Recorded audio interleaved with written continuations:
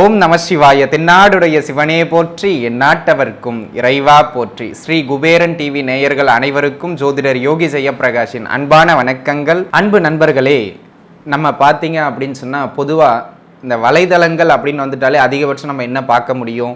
பொதுவான ராசி பலன்கள், குரு பெயர்ச்சி, சனி பெயர்ச்சி, ராகு கேதுக்களின் பெயர்ச்சி, மாத பலன்கள், வருடாந்திர பலன்கள், இப்படி தாங்க நம்ம பார்த்துக்கிட்டு வருவது ஒரு வழக்கம். ஆனால் அதை தாண்டி இந்த பதிவில் நாம் எதை பற்றி பார்க்க இருக்கின்றோம் என்றால், உங்களுடைய பிறப்பு லக்னம் அல்லது பிறப்பு ராசி, ஏன் மதியும் விதியும் நமக்கு மிக மிக வலிமையானவை. விதியும் மதியும், விதிங்கிறது நம்முடைய பிறப்பு லக்னங்க, மதிங்கிறது நம்முடைய பிறப்பு ராசிங்க. இந்த ராசியில் நீங்கள் பிறந்திருக்கின்றீர்கள், இந்த லக்னத்தில் நீங்கள் பிறந்திருக்கின்றீர்கள். இப்படி பிறந்திருந்தால் உங்களுடைய வாழ்க்கையின் ஓட்டம் எப்படி இருக்கும்? உங்களுடைய குண நலன்கள் என்னவாக இருக்கும்? பொதுவாகவே சில லக்னங்களில் பிறந்தவர்களுக்கு வாழ்க்கையில் சில நிகழ்ச்சிகள், சில தருணங்கள் நன்மையை கொடுக்கும், சில தருணங்கள் கசப்பை கொடுக்கும். எங்கு உங்களுக்கு நன்மைகள் நடக்கும், எங்கு கசப்பை கொடுக்கும்? எந்த தசாபுக்திகள் உங்களை கை தூக்கி விடுவதற்காக முயலும், எந்த தசாபுக்திகள் உயர இருக்கின்ற உங்களை கீழே அழுத்தும்? ஆக இந்த பதிவில் நாம் இதை பற்றியெல்லாம் பார்க்க இருக்கின்றோம். சரிங்க, இதை தெரிந்து கொள்வதற்கு நாம் ஏன் இவ்வளவு முயற்சி கொள்ள வேண்டும் அப்படின்னு பார்த்தீங்கன்னா, என்னதான் ஜாதகத்தில் சில கிரக அமைவுகள் இருந்தாலும் அந்த ஜாதக லக்னத்திற்கும் ராசிக்கும் என கிட்டத்தட்ட ஒரு 30% வலுவான மாறாத சில தன்மைகளும் மாறாத சில குண அமைப்புகளும் உண்டு. ஆக அதை நாம் தெரிந்து கொண்டோம் என்றால் குறைந்தபட்சம் அந்த 30%ஐயாவது நாம் எப்படி கடந்து கொள்வது அல்லது எப்படி நடந்து கொண்டு வெற்றியாக அதனை மாற்றிக்கொள்வது அப்படிங்கிறத நம்ம எளிமையாக உணர்ந்து அதன் மூலம் நம்ம சில வழிகளை வழி நடத்தி கொண்டு வாழ்க்கையில் வெற்றி பெறலாங்க. அந்த மாதிரி எந்த தசைகள், எந்த தசாபுக்திகள் உங்களுக்கு நன்மை தீமைகளை செய்யும், எந்த உறவுகள் ஏற்றங்களை கொடுக்கும், யாரை நம்பலாம், யாருடன் சேர்ந்து எதை செய்யலாம் என்பதனையெல்லாம் பார்ப்பதற்கான ஒரு வழிகாட்டக்கூடிய ஒரு பதிவு. நிச்சயமாக இந்த பதிவினை முழுமையாக பாருங்கள். இந்த பதிவில் கூறப்படுகின்ற ஏதேனும் ஒரே ஒரு புள்ளியாவது உங்களுக்கு நிச்சயமாக பயனுள்ளதாவது இருக்கும். ஆக இந்த சின்ன பாயிண்ட் தானே அப்படின்னு நீங்கள் விளைக்கிற வேண்டாங்க. அந்த சின்ன பாயிண்ட்டு கூட லைஃப்பில் பெரிய மாற்றங்களை ஏற்படுத்துவதற்கான அமைப்பு உண்டு. அப்படிங்கிறதுனால இந்த பதிவில் நீங்கள் உங்களுடைய லக்னம் ராசிக்கான பொதுவான பலன்களும் வாழ்க்கையில் வெற்றி பெறுவதற்கான சூக்ஷமங்களையும் அறிய போகின்றீர்கள். வாருங்கள் பார்க்கலாம். மேஷம், நீங்கள் மேஷ லக்னத்தில் பிறந்திருந்தாலும் சரி, மேஷ ராசியில் பிறந்திருந்தாலும் சரி, இந்த பதிவு உங்களுக்கான பதிவு. நீங்கள் மேஷ லக்னமாயின் 100% எடுத்துக்கொள்ளலாம், மேஷ ராசியாயின் 50% எடுத்துக்கொள்ளலாம். ஆனால் இருவருக்குமே இது பொதுவாக பொருந்தி வருங்க. லக்னம் முதன்மையானது. ஏன் ஜாதகம்னு வந்துடுற பொழுது லக்னத்துக்கு தாங்க முக்கியத்துவம். இந்த அமைப்பின்படி நீங்கள் மேஷ ராசி அல்லது மேஷ லக்னத்தில் பிறந்திருக்கின்றீர்களா, உங்களுடைய குண அமைப்புகள் எப்படி இருக்கும் என்பதனை முதலில் பார்க்கலாம். காலபுருஷனுக்கு லக்னமே அவர் தாங்க.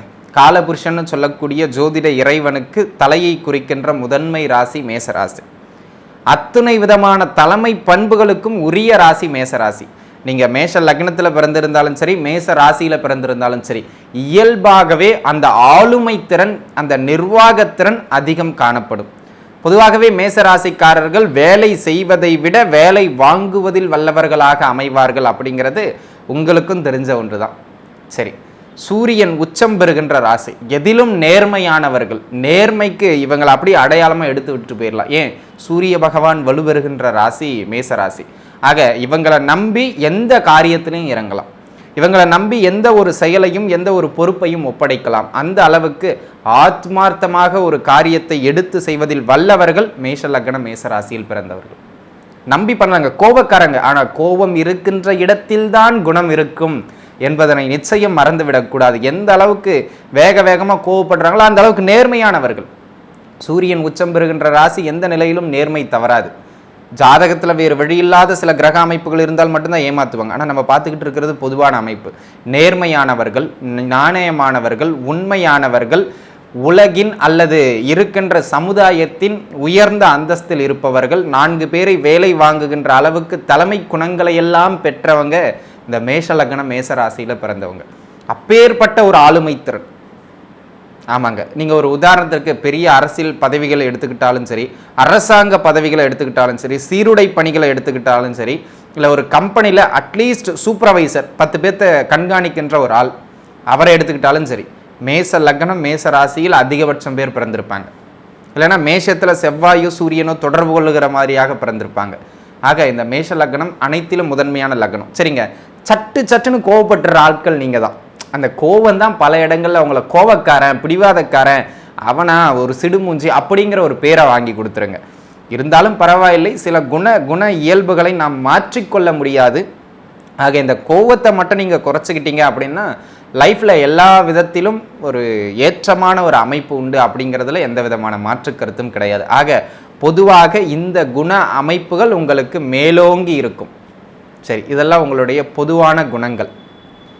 இப்போ இந்த மாதிரியான உறவுகள் உங்களுக்கு உதவும். இந்த மாதிரியான உறவுகளை நீங்கள் நம்பக்கூடாது அப்படின்னு சொன்னோம் அப்படின்னா, முதல்ல மேஷ லக்னக்காரர்கள் லைஃப்பில் எப்போவுமே ஒரு என்ன சொல்கிறது, எந்த அளவுக்கு புகழின் உச்சிக்கு போனாலும் சரி, மேஷ லக்னத்தில் மேஷ ராசியில் பிறந்தவங்க பேக் எண்டில் ஒரு அவமானமோ பேக் எண்டில் ஒரு பிளாக் மார்க்கோ ட்ராவல் ஆகிக்கிட்டே தான் இருக்கும் லைஃப் லாங் கூட. ஏன், லக்ன அதிபதியே அட்டமாதிபதியும் ஆகின்றார்.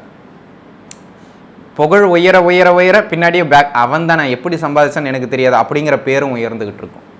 நல்ல அந்தஸ்து உயர உயர குடும்பத்தில் ஏதாவது பிரச்சனை வந்து குடும்பத்தில் கெட்ட பேர் ஆகிக்கிட்டே இருக்கு. ஏதேனும் ஒரு விதத்தில் நீங்கள் எதை செய்தாலும் அடுத்தவர்களால் விமர்சனத்திற்கு ஆளாவீங்க. அந்த மாதிரியான ஒரு லக்னக்காரங்களும் ராசிக்காரங்களும் மேஷத்தில் பிறந்தவங்க தான். நல்லவன் 6 பேர் சொல்கிறான்னா கெட்டவன் 6 பேர் சொல்கிறதுக்கு தயாராக இருப்போம். 10 பேரில் 6 பேர் மெஜாரிட்டி அந்த பக்கம் தான் இருக்குங்க. நம்மளை பார்க்கும்போது நேரில் ஜாலரா போடுவாங்க, பின்னாடி போயிட்டு நம்மளே முதுகில் குத்துவாங்க. அந்த மாதிரியான விஷயங்கள்லாம் மேஷ லக்னக்காரங்களுக்கு தான் நடக்கும். ஆக எப்பொழுதுமே உங்களை சுற்றி இருப்பவர்களிடம் சற்று கவனமாக இருந்து கொள்வது நல்லது. இந்த மேஷ லக்னத்தில் பிறந்தவங்களுக்கு பார்த்தீங்க அப்படின்னா 10க்கு அதிபதி உங்கள் லக்னத்திலேயே நீசமாயிருவார். நீங்கள் உங்களை குறிக்கின்ற லக்னாதிபதி 10ல் உச்சமாயிருவார். வேலை வாங்குவதற்கு சளைக்காத ஆட்கள், வேலை செய்கின்ற இடங்களில் எப்பொழுதும் உங்களுடைய ராஜ்யம் மேலோங்கி இருக்கும். ஆனால் பாருங்கள், வேலைக்காரங்களாம் உங்ககிட்ட அப்படியே அடிபணிஞ்சு போயிடுவாங்க. ஒரு 10 பேர் ஒன்றா இருக்காங்க, அந்த 10 வேலை செய்கிறவங்க, அந்த 10 பேரில் ஒருத்தர் மேஷ லக்னம் மேசராசின்னா அவர்கிட்ட எல்லாருமே பணிஞ்சு போயிடுவாங்க. அந்த மாதிரியான ஒரு தலைமை குணம் இருக்கும். சரி, எந்த உறவை நம்பலாம் அப்படின்னு பார்த்தீங்கன்னா, இந்த லக்னத்தின் 9க்கு அதிபதியான குரு பகவான், அந்த ஸ்தானம் ஒரு நல்ல ஸ்தானம். கண்ணை மூடிக்கிட்டு தகப்பனாரை நம்புவது மிக சிறப்பானது. மேஷ லக்னம் மேசராசியில் கிட்டத்தட்ட 90% மேஷ லக்னம் மேசராசிக்காரர்களுக்கு தகப்பனார் ஒரு கைதூக்கி விடுகின்ற அமைப்புகள் இருப்பார். ரேராக ஒரு குறிப்பிட்ட சில ஆட்களுக்கு மட்டும்தான் அந்த பாவக காரக ரீதியாக சில விஷயங்கள் கெடுகின்ற பொழுது அந்த உறவு பாதிக்கப்படும். மற்றபடி 9ஆம் பாவகம் பாக்கியஸ்தானமாகி தந்தைக்கு காரக கிரகம் லக்னத்திலேயே உச்சம் பெறுகின்ற ஒரு மேன்மையான அமைப்பு இந்த லக்னத்துக்கு தாங்க உண்டு. ஆக எந்த நிலையிலும் தகப்பனாரை நம்புவது உங்களுக்கு மிக மிக சிறப்பானது. உங்களுடைய வாழ்க்கையில் தகப்பனார் உங்களுக்கு ஒரு பேக் போனாக இருப்பார். அது தொழிலாக இருக்கலாம், குடும்பமாக இருக்கலாம், உங்கள் பொருளாதாரமாக இருக்கலாம், உங்களோட ஸ்டேட்டஸாக இருக்கலாம். நீங்கள் எந்த உயரத்துக்கு போனாலும் சரி, அந்த உயரத்தோட பேக் எண்டில் அப்பா கண்டிப்பாக இருப்பார். சரிங்க, எந்த உறவை மேஷ லக்ன மேச ராசிக்காரர்கள் முடிந்த வரையிலும் நம்ப வேண்டாம். இங்கே பாருங்கள், இது குடும்பத்தை பிரிப்பதற்காக நான் கூறுவது அல்ல. என்ன இருந்தாலும் அந்த உறவுகளோடு சற்று எச்சரிக்கை தன்மையோடு பழகுவது நல்லது அப்படிங்கிறத மனசில் வச்சுக்கணும். ஜாதக ரீதியாக சில அமைப்புகள் மாறினால் இதுவும் விதிவிலக்கு தான். அந்த அமைப்பின்படி உடன் பிறந்த இளைய சகோதரத்தை நம்பக்கூடாது. சகோதரம்னா சகோதரன் சகோதரி இரண்டையும் குறிக்கும். உங்களை விட வயதில் இளையவர்கள், பொதுவாகவே சகோதரத்தை குறிப்பது 3ஆம் பாவகம் தான், அதில் குறிப்பாக இளைய சகோதரம். இந்த சகோதர அமைப்புகள் எந்த நிலையிலும் மேஷ லக்ன ராசியில் பிறந்தவர்களுக்கு பெரிய உயர்வுகளை கொடுக்காது.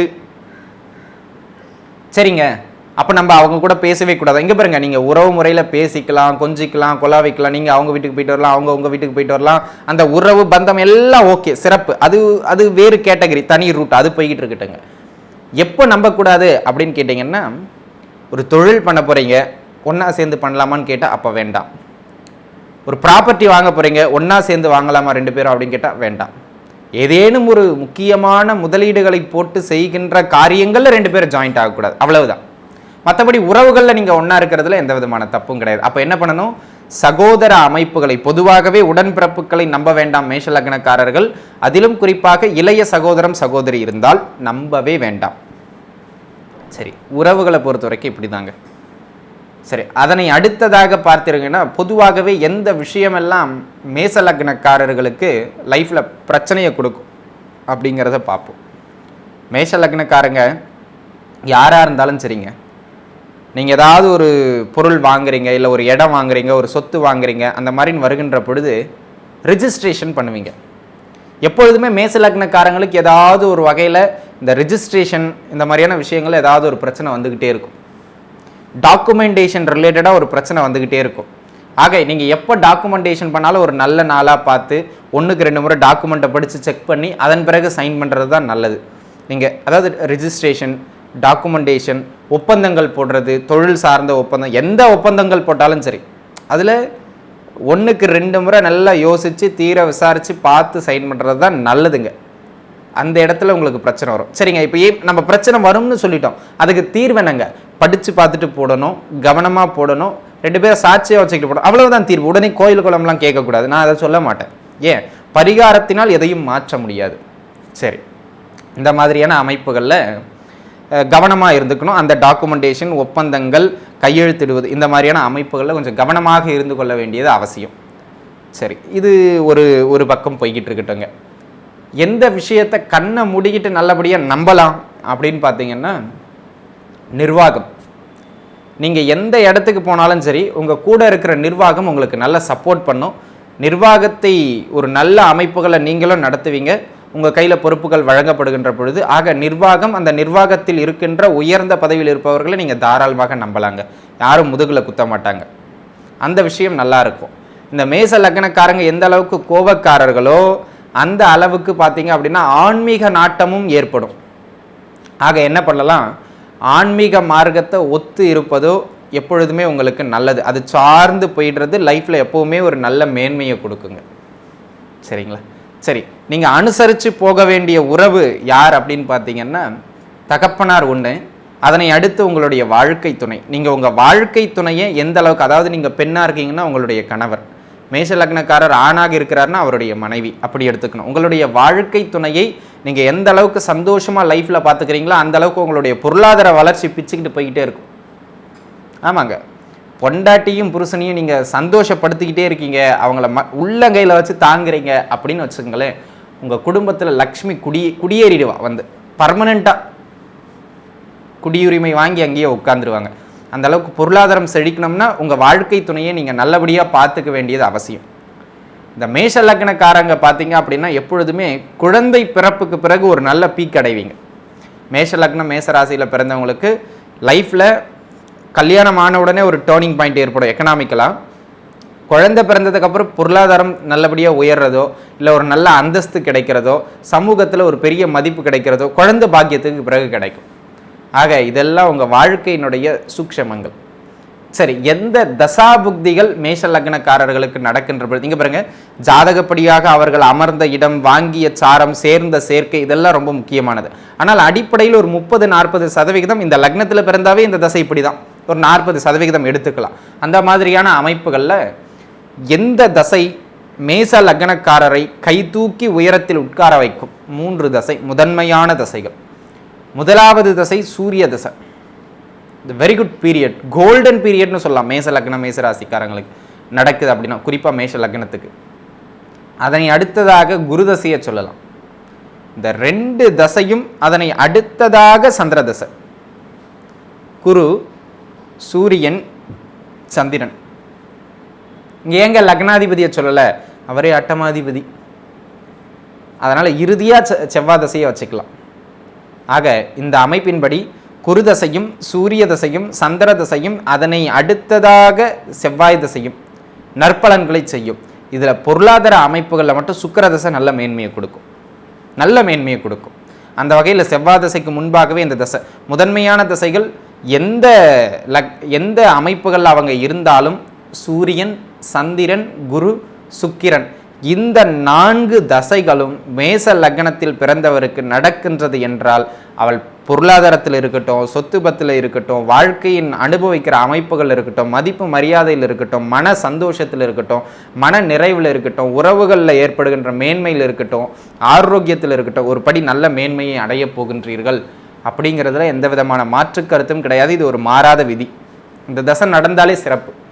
சரி, இந்த தசையில் எந்த புக்திகள் நடக்கும்போது the very peak good period, ஒரு நல்ல பொற்காலம்னு சொல்லுவோம் இல்லையா, அந்த மாதிரியான பொற்காலம் பார்த்தீங்க அப்படின்னா குருவின் தசையில், நல்லா நோட் பண்ணிக்கோங்க, குருவின் தசையில், அதாவது இந்த காம்பினேஷனில் வரணுங்க. குருவின் தசையில் சூரிய சந்திர புக்தி, சூரிய தசையில் குரு சந்திரனின் புக்தி, சந்திர தசையில் குரு சூரியனின் புக்தி, இந்த 3 பேரோட காம்பினேஷனில் ஒருத்தர் தசாநாதனாகவும் ஒருத்தர் புக்திநாதனாகவும் வருகின்ற பொழுது மிக உயரிய மேம்பட்ட பலன்களை கொடுக்கும். மிக உயரிய மேம்பட்ட பலன்கள். அந்த மாதிரியான ஒரு அற்புதமான கோல்டன் தசாபுக்திகள், அதெல்லாம் தங்கமான பொன்னான காலகட்டம். நடக்குதுனாலே அடுத்த கட்ட வளர்ச்சி. சுக்கிர தசையில் சுக்கிர புக்தி இன்னொரு நல்ல வளர்ச்சியை கொடுக்கும்.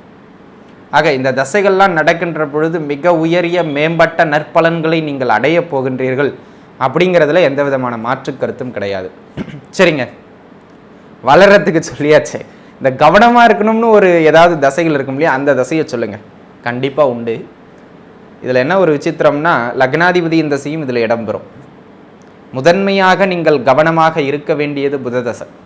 இந்த புதன் தசை நடந்தாலே மேச லக்னம் மேசராசியில் பிறந்த கப் சுப்புன்னு ஆயிடணும். ஆடினீங்கன்னா எங்கேயோ அடங்க போறீங்கிறது அர்த்தம். ஆமாம் நண்பர்களே, புதன் தசை நடக்கின்ற பொழுதும் அதனை அடுத்ததாக செவ்வாயின் தசை நடக்கின்ற பொழுதும், இந்த 2 தசைகள் சனி தசை கூட அப்படி ஒன்றும் பெரிய தீமைகளை செஞ்சிடாது, பயப்பட வேண்டாம், நன்மைகளை குறைவாக கொடுக்கும், அவ்வளவுதான். ஆனால் இந்த புதன் தசையும் செவ்வாய் தசையும் லக்ன நாயகனின் தசையே ஆனாலும் கூட அவர் 8இல் அமர்ந்தோ 8ஐ பார்த்தோ 8ஆம் பாவகத்தில் ஏதேனும் தொடர்பை கொண்டு நடந்தார், தசை நடத்தினார் அப்படின்னு சொன்னால் கவனமாக இருக்கணும் அப்படிங்கிறது மிக மிக அவசியம். ஆக புதன் தசையில் செவ்வாய் புக்தி, செவ்வாய் தசையில் புதன் புக்தி, the very worst period in your life. உங்கள் வாழ்க்கையின் மிக கோரமான காலகட்டம், பேட் பீரியட்னு சொல்லுவோம் இல்லையா, கெட்ட நேரம்னு, அதுதான் செவ்வாய் தசையில் புதன் புக்தி, புதன் தசையில் செவ்வாய் புக்தி. புதன் தசை நடக்குதுனாலே பொருளாதாரத்திலோ ஆரோக்கியத்திலோ ஏதேனும் ஒன்றில் அவர் கையை வைக்க போகின்றார் அப்படின்னு அர்த்தம். அப்போ 2த்துலையுமே கவனமாக இருந்துக்கணும். தொழிலெலாம் பண்ணிக்கிட்டு இருக்கவங்க அந்த நேரத்தில் தசை உள்ளே வரும்போது 5 புலனையும் அடைக்கிடணும். ஆடினோம்னா அந்த தசை முடியும் போது அடைக்கிடுவோம் அப்படி. ஆக புதன் தசையோ செவ்வாய் தசையோ நடக்கின்ற பொழுது, சரிங்க, இப்போ பாதிப்புன்னு சொல்லியாச்சு, என்ன பண்ணணும், எங்கே பாதிப்புன்னு சொல்லிடுறேன். பொருளாதாரத்தில் ஆரோக்கியத்தில் இந்த 2 விஷயத்தில் புதன் தசை தொந்தரவு செய்யும். சொத்து பத்து வாங்குறீங்கன்னா அந்த டாக்குமெண்டேஷன் விஷயத்தில், கடன், பொருளாதாரம்னா எப்படி, கடன் வாங்கி இன்க்ரீஸ் பண்ணி எங்கேயோ கொண்டு போயிடும் அப்படி கடன் தொந்தரவை. அப்போ என்ன பண்ணணும், பொருளாதாரத்தில் அகலக்கால் வைக்கக்கூடாதுன்னா தொழிலில் அகலக்கால் வைக்கக்கூடாது, பெரிய முதலீடு போடக்கூடாது, புதுசாக எதுவும் பண்ணக்கூடாது. கடன் பிரச்சனை ஆகும் போதுன்னா கடன் வாங்காமல் குறைச்சிக்கிறது நல்லது. வேறு வழி இல்லைங்கிறது போது கடன் வாங்கணும், விதியது வழியது, நம்ம ஒன்றும் பண்ண முடியாது. ஆக அந்த இங்கே தான் பிரச்சனைன்னு சொல்லிட்டு அப்போ அங்கே கவனமாக இருந்துக்கிறதும், பெருசாக ஆசைப்பட்டு அகலக்கால் வைக்காமல் இருக்கிறதும் தான் அதுக்கான வழி. ஆக அதை ஒன்று பண்ணுறது நல்லதுங்க. ஆக இந்த தசாபுக்தி நடக்கின்ற பொழுது நிச்சயமாக மிக கவனமாக இருக்க வேண்டும் அப்படிங்கிறது மிக மிக அவசியம். அதிலும் செவ்வாய் தசையில் புதன் புக்தி, புதன் தசையில் செவ்வாய் புக்தி. லக்னாதிபதியின் தசை நடக்கும்போது நிறைய பேர் எதுலையாவது சிக்கிக்கிட்டு, செவ்வாய் தசை நடக்கும்போது நிறைய பேர் எதுலையாவது சிக்கிட்டு அவமானப்படுவீங்க, இல்லைனா நீண்ட நாட்களாக நீடிக்கின்ற நோய் ஏற்படும். இந்த மாதிரி லக்னாதிபதியின் தசையிலேயே நடக்கும். ஆக இந்த நேரங்களில் நம்ம கொஞ்சம் கவனமாக இருந்துக்கிறது நல்லது. அதிலும் குறிப்பாக செவ்வாய் திசையில் சனி புக்தியும் தொந்தரவு பண்ணும், சனி திசையில் செவ்வாய் புக்தியும் தொந்தரவு பண்ணும். அட்டம பாதகாதிபதியினுடைய தசாபுக்திகள். ஸோ அந்த தசாபுக்தி நடக்கும்போதும் கவனமாக இருந்துக்கணும். ஆக அன்பு நண்பர்களே, இந்த மாதிரியான தசாபுக்திகள் நடக்கும்போது கவனமாக இருந்துக்கிறது நல்லது. பொதுவாக இந்த லக்கி கலரு எண்கள் இதெல்லாம் பார்த்தீங்கன்னா உங்களுடைய ஜாதகத்தை பார்த்து தான் சொல்லணும். இந்த லக்னத்தில் பிறந்திருந்தால் உங்களுடைய லக்கி கலர் அப்படின்னு பார்த்தீங்கன்னா ஒயிட்டும் மஞ்சளும் முதன்மையான லக்கி கலர்ஸ். அதனை அடுத்து நீங்கள் ஆரஞ்சு வச்சுக்கலாம். பட் ஒயிட்டும் மஞ்சளும் முதன்மையான லக்கி கலர்ஸ். எண்களில் 1ம் 3ம் வெரி குட். 1ஆம் நம்பரும் 3ஆம் நம்பரும் நல்லா கை கொடுக்கும். வழிபாடுகளில் பார்த்தீங்கன்னா சிவனும் சிவனாலயத்தில் இருக்கக்கூடிய தட்சிணாமூர்த்தியும் நல்ல கை கொடுக்கக்கூடிய தெய்வங்கள். ஆக இந்த தெய்வ வழிபாடுகளை செய்வதும், இந்த நிறங்களை பயன்படுத்துவதும், இந்த எண்களை பயன்படுத்துவதும் மிக சிறப்பான மேன்மைகளை கொடுக்கும். ஆக அன்பு நண்பர்களே, இந்த மாதிரியான தகவல்களை நம்ம உங்கள் முன்னாடி வச்சுருக்கோம். இதற்கு ஏற்றாற் போல உங்களுடைய வாழ்க்கையை அமைத்து கொள்ளுங்கள். வாழ்க்கை மிக அழகானது, நவக்கிரகங்களால் நல்லபடியாக வழிகாட்டக்கூடியது. அந்த நவக்கிரகங்கள் நன்முறையிலே உங்களுக்கு வழிகாட்ட எல்லாம் வல்ல ஈசன் உங்களுக்கு அருளட்டும். நன்றாகவே இருப்பீர்கள். வாழ்த்துக்கள். நன்றி. ஸ்ரீ குபேரன் டிவியை பார்த்தமைக்கு நன்றிகள். மேலும் இது போன்ற தகவல்களை தெரிந்து கொள்ள ஸ்ரீ குபேரன் டிவியை சப்ஸ்கிரைப் செய்யுங்கள். மறக்காமல் பெல் ஐக்கானை கிளிக் செய்யுங்கள்.